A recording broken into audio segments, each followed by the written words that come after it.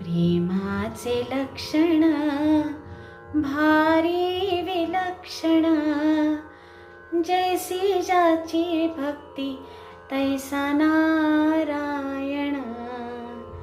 रक्ताच्या नात्याने उपजेना प्रेम, पटली पाहिजे अंतरीची खुण. धन्य तोची भाव धन्य ती बहीण, प्रीतीची करीती जगीला भाविण. चिंधी पाहून हरी झाले प्रसन्न, द्रौपदीसी बंधू शोभे नारायण. भरजरी